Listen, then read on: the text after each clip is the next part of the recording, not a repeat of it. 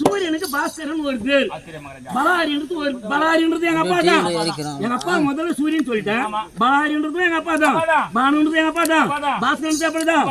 பனிக்கு மகையோன். இவ்வளவு பனி பெய்யுது. எவ்வளவு பனி பெய்ஞ்சாலும் தலை மேல முக்காடு போடுன்னு பார்த்து தான் போகணும்.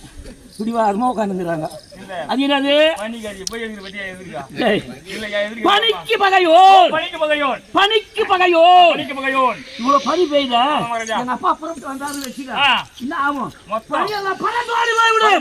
அதுக்குதான் பனிக்கு பகையோன். வெய்யோன் தினகரன். ஒரு பீர் விட்டு கிடக்கணும் சொல்றேன். தினந்தோறும் எங்க அப்பா புறப்பட்டு வராரு. அதுக்கு தினகரன். தினகரன் சூரியனுக்கும் அப்படி ஒரு பேர். தினகரன் சூரியனுக்கும் அப்படி ஒரு பேர்.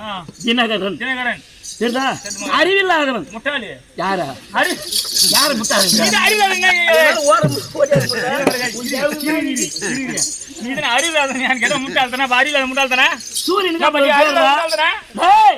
சூரியனுக்கு அறிவில்லாதவன் ஒரு பேர்.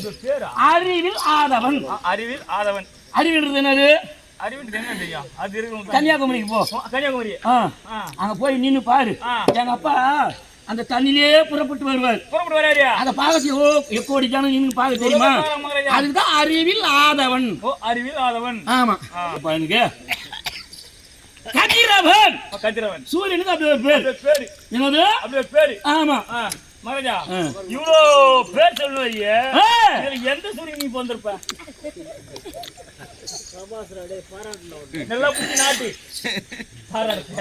நான் என்ன சொல்ல வரேன்னா, கட்டிக்கார வேஷம் ஆடணும். கெட்டிக்காரன் அந்த கட்டிக்கார வேஷத்தை ஆட முடியும்.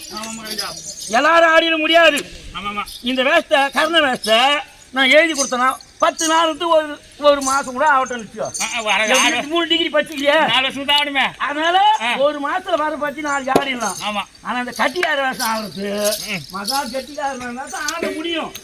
இப்போ 37 பேர் சொன்ன உங்க அப்பாவுக்கு எந்த சூரியனுக்கு ஜனனமானால் யாருன்னா கேட்டாங்களா? யாரும் யோசிச்சிருப்பாங்களா?